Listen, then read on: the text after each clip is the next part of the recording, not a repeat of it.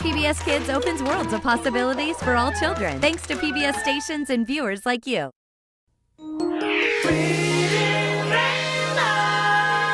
Butterfly in the sky, I can go twice as high. Take a look, it's in a book, a reading rainbow. I can go anywhere. Friends to know and ways to grow, a reading rainbow. I can be anything. Take a look, it's in a book, a reading rainbow. Reading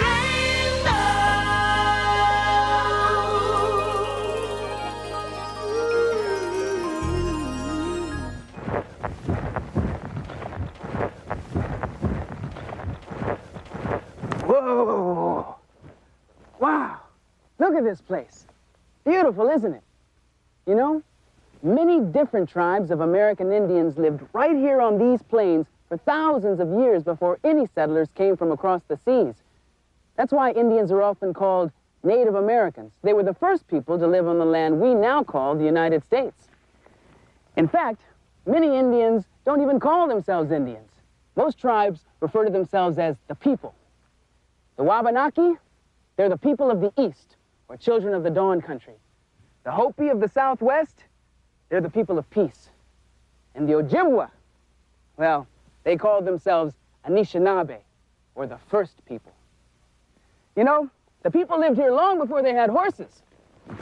Just imagine what it was like to travel across these plains hundreds of miles each year with only dogs and your own muscle power to help you carry everything you owned. A child of the Sioux tribe would call you Shukawakan, or sacred dog. And your horsepower meant that the people could hunt and travel faster and easier than they could with their dogs. And that often meant the difference between hunger and plenty. This book, Gift of the Sacred Dog, tells an old legend of the people that once lived on these plains and how the Great Spirit gave them the gift of horses, all because of the love and courage of one boy.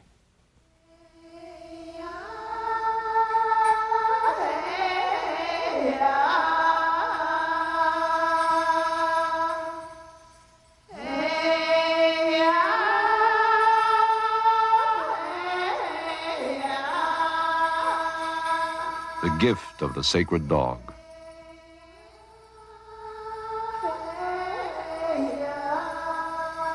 Story and illustrations by Paul Goebel.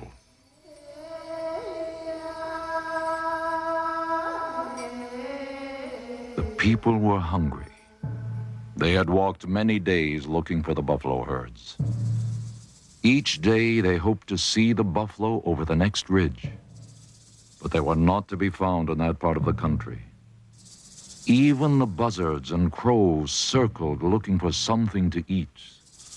And the wolves called out with hunger at night. The people wandered on until they were too tired and hungry to go any farther. And the dogs could no longer be urged to drag their heavy loads. The wise men said they must dance to bring back their relatives, the buffalo. Every man who had dreamed of the buffalo joined in the dance.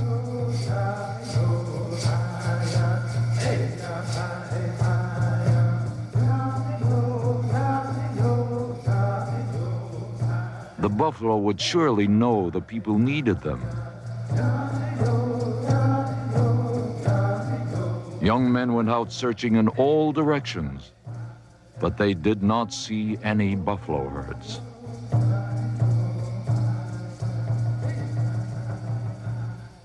There was a boy in the camp who told his parents, "I am sad to see everyone suffering. I am going up into the hills to ask the Great Spirit to help us. Do not worry about me. I shall return in the morning." He left the circle of teepees and walked toward the hills. He climbed higher and higher. The air was cool and smelled fresh with pine trees. He reached the top of the highest hill as the sun was setting. He raised his arms and spoke. Great Spirit, my people need your help. We follow the buffalo herds because you gave them to us. But we cannot find them, and we can walk no farther. We are hungry. My little brothers and sisters are crying. Great Spirit, we need your help. As he stood there on the hilltop, great clouds closed across the sky. Wind and hail came with sudden force, and behind them thunderbirds swooped among the clouds. Lightning darted from their flashing eyes, and thunder rumbled when they flapped their enormous wings. He felt afraid and wondered if the Great Spirit had answered him. The clouds parted. Someone came riding toward the boy on the back of a beautiful animal. There was thunder in its nostrils and lightning in its legs. Its eyes shone like stars, and hair on its neck and tail trailed like clouds. The boy had never seen any animal so magnificent. The rider spoke. I know your people are in need. They will receive this. He is called Sacred Dog because he can do many things your dogs can do, and also more. He will carry you far and will run faster than the buffalo. He comes from the sky. He is as the wind, gentle, but sometimes frightening. Look after him, always. The clouds closed, and the rider was not there. Suddenly, the sky was filled with sacred dogs of all colors, and the boy could never count their number. Their galloping was like the wind, and the drumming of their hoofbeats shook the hilltop on which he stood. They circled round and round, and he did not know if he was standing or falling. He did not remember going to sleep, but he awoke as the sun was rising. He knew it was something wonderful he had seen in the sky. He started down the hill back home again to ask the wise men what it meant. They would be able to tell him. The morning and everything around him was beautiful and good. When the boy had reached the level plain, he heard a sound like faraway thunder coming from the hill behind. Looking back, he saw sacred dogs pouring out of a cave and coming down a ravine toward him. They were of all colors, just as he had seen in the sky, galloping down the slopes, neighing and kicking up their back legs with excitement. The leading one stopped when they were a short distance away. The boy knew they were what he had been promised on the hilltop. He turned and continued walking toward the camp, and all the sacred dogs followed him. The people were excited when they saw the boy returning with so many strange and beautiful animals. He told them, "These are sacred dogs. They are a gift from the Great Spirit. They will help us to follow the buffalo. They will carry the hunters into the running herds. Now there will always be enough to eat. We must look after them well, and they will be happy to live with us."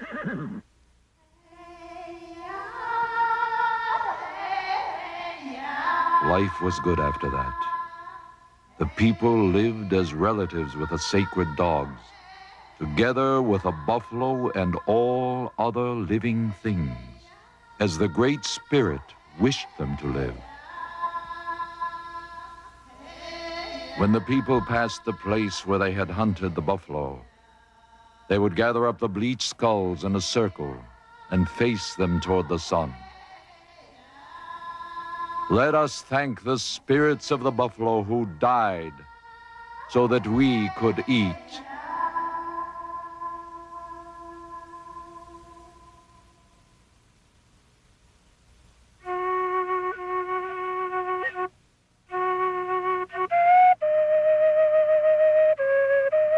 My horse flies like a bird as it runs. The four winds are blowing. Some horses are coming. Daybreak appears when a horse neighs.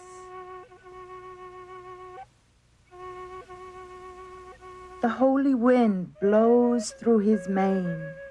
His mane is made of rainbows. My horse's ears are made of round corn. My horse's eyes are made of stars. My horse's head is made of mixed waters. My horse's teeth are made of white shell. The long rainbow is in his mouth for a bridle. With it, I guide him. When my horse neighs, different colored horses follow. When my horse neighs, different colored sheep follow. I am wealthy from my horse. Before me, peaceful. Behind me, peaceful. Under me, peaceful. Over me, peaceful. Around me, peaceful. Peaceful voice when he neighs. I am everlasting and peaceful. I stand for my horse.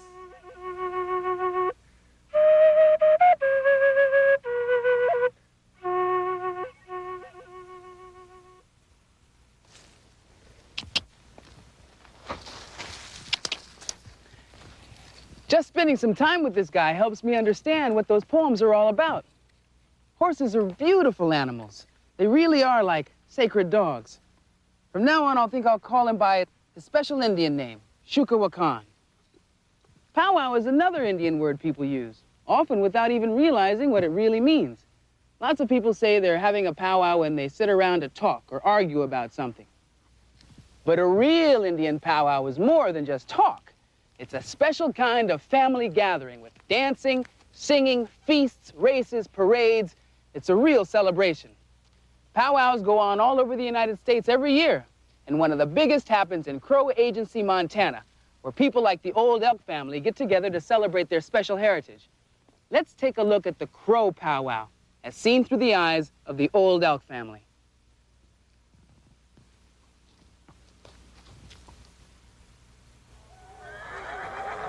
The Crow Fair is known as the teepee capital of the world. And I guess the reason for that is that we have families put up as many teepees as they possibly can.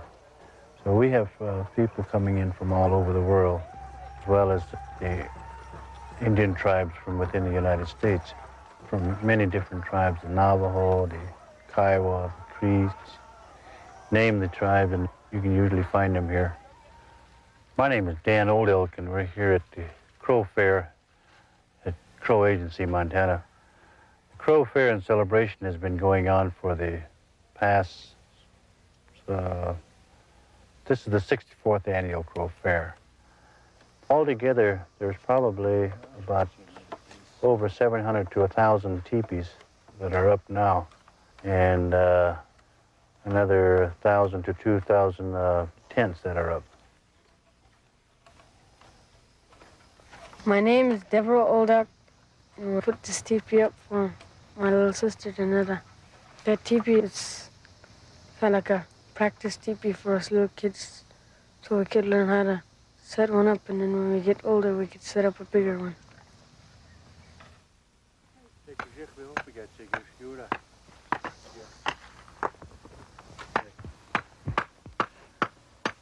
Janetta likes to play around, go in and out. Have lots of fun. Yeah. Piggy boo! Wait a second. What?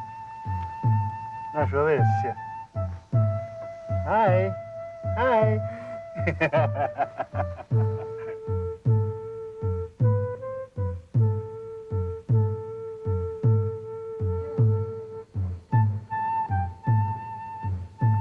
Crow people are proud horse owners.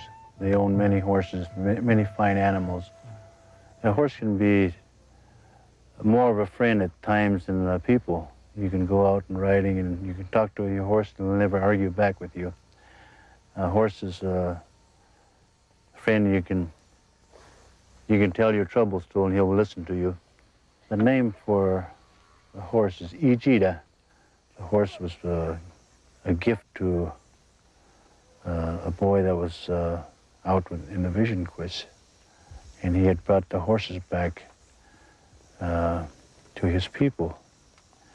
And in my language, it's called the big dog.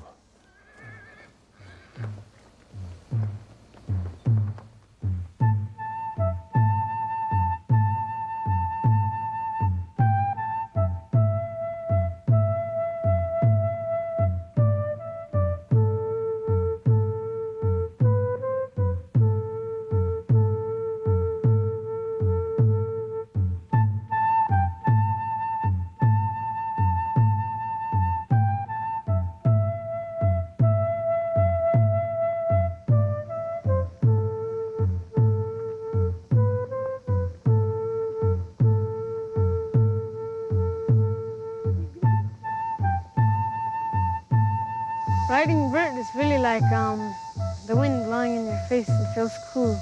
It's fun when they gallop. I just like riding.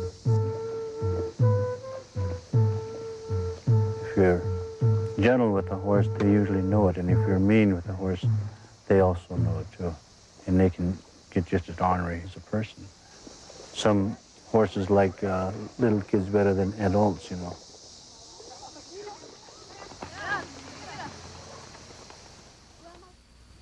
The Old Elk family has won the traditional Indian dancing for about the past 10 years. In the spring, when they have the parrot chicken and the grouse have the mating dances, the boys have had the opportunity to go up and watch the birds dance. And this is actually what the people are doing, is imitating the way the birds are dancing. My father showed me how to get dressed when I was very young. He said you're not supposed to dress sloppy, you're supposed to dress, just take your time and dress slow. Because when you dance, you're supposed to feel proud. The beating of the drum is like the thunder, and the singing and the chanting comes out. And you just keep in time with the different movements, and the beating of the drum is what you keep in time with as you dance along.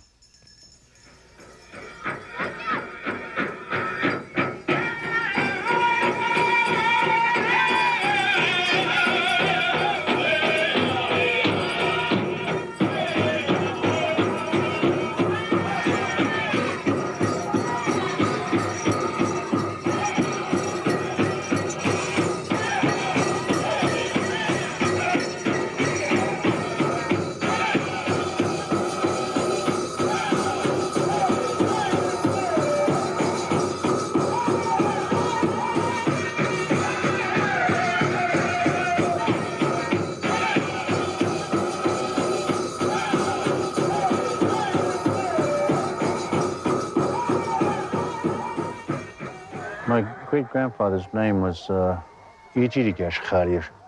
That means old elk. And we have used the elk as the emblem for the family. We feel that we're part of the elk family, the animal itself. I think that our values and our morals, our traditions and our language will survive as long as we teach it to our children, and the children to carry it on to the next generation. Crow Fair really makes me feel proud of what I am and where I am and what I'm doing.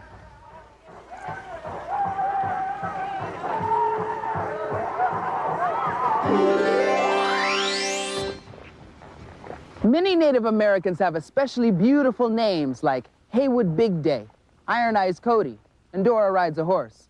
Special tribal names are given in honor of important people, to remember an act of victory or courage, or to commemorate a special event or dream. We all have names that other people gave us, but if I could choose a new name for myself to show what I think I'm like, how I see myself, I'd call myself Blazing Falcon, because I love the birds of prey. They really speak to the warrior spirit in me. And this would be my symbol, kind of like the one you saw the old elk family display at Crow Fair.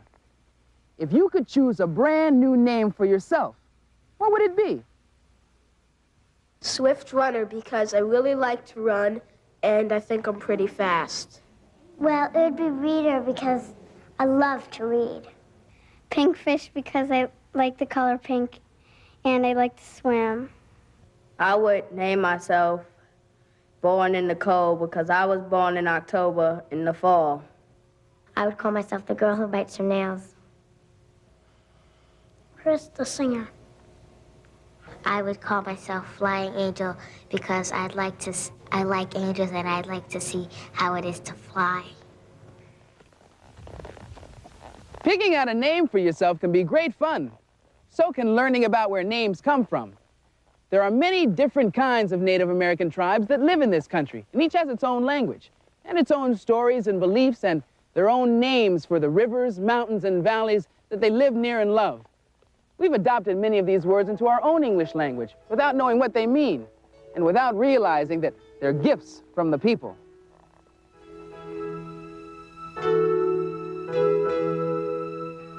Come sit beside me and hear a story of long ago when the people lived free. Name the waters and all the places high and low. There was a plain they called Chicago. It meant a place where strong things grow. And Kentucky meant the land of green meadows.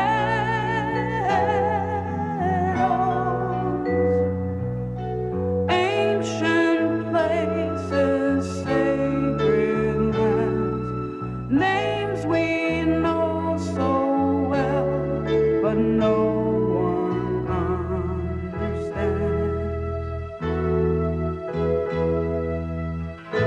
Mississippi means big river, and Miami means great water. Arizona means a place where small springs flow. Ancient places, sacred lands, names we know so well, but no one understands.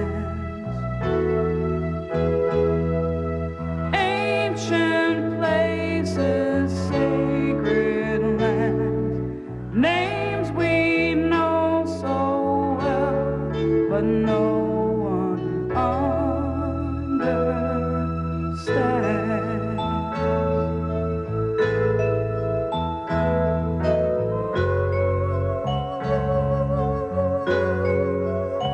I never realized just how many everyday things come from Native American culture.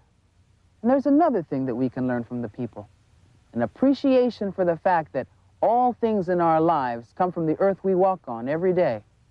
Why, even the pages of this book were once part of a living tree. And look, the pictures on them are so alive you can almost read the story just by looking at them. You can also use the pictures to retell the story in your own words, or to help you figure out new words that you might not understand. If you like this book, here are some others that you might enjoy, but you don't have to take my word for it. Hello, everybody. My name is Lisa, and I want to tell you about this great book I just read. It's called Moon Song Lullaby. I think it's so great that as soon as I finish telling you about it, you'll run right to the library and get it. This book is about the Indians and how they lived, and each page is like a poem, but it's put together to make a story. The Indians really love their land. They love the world. I recommend this book because it tells about what the Indians believe. It has some beautiful pictures in it and beautiful poetry in it. Hi, my name is Sayan. I'm here to tell you about a book I read. It's called Why Mosquitoes Buzz in People's Ears. This book is about a pesky mosquito who starts a series of misunderstandings in the jungle. And at the end of the book, the mosquito gets what he deserves. He gets hit. I think you'll enjoy this book because in this book, the animals have their own human personality and their own thoughts, and they always have something to say about what's happening. Hi, my name is Ian McDowell, and I read Suho and the White Horse. It's a Chinese myth that's retold by Yuzo Atsuka and illustrated by the award-winning Tsukichi Akaba. One of the nicest things about the book is the relationship between Suho and the White Horse. It sort of reminds me of kids these days and their pets. I sure wouldn't like it if my dog was taken away from me. In the ending of the book, Suho has a dream about the horse, and the horse tells him to make a fiddle out of his hide and out of his bones. So if you like adventure, myth, and you want to learn a little bit about horsehead fiddles, this is the book for you. Native Americans think of all living things as their relatives. They consider the earth their mother, the sky the father. Animals, grass, rains, grain, all members of one huge living family. The people think of children of all ages as gifts. They consider them important, valuable members of the tribe, responsible for giving whatever they can to help others. The boy in the story lived up to the hopes of his people when he brought them the sacred gift of horses. Our Mother Earth looks pretty small now that astronauts have seen our planet whirling around the sun like a beautiful blue and green ball. Like the tribe in the legend, all of us here on Earth are the people, members of one huge tribe, the human tribe, struggling for survival. Like the boy in the story, you may have a vision that will bring great gifts to your people. Soon it will be your turn to help the human tribe survive. What will your gifts, your vision be? See you next time. Ancient places, sacred lands, names we know so well, but no one understands. Ancient places, sacred lands, names we know so well, but no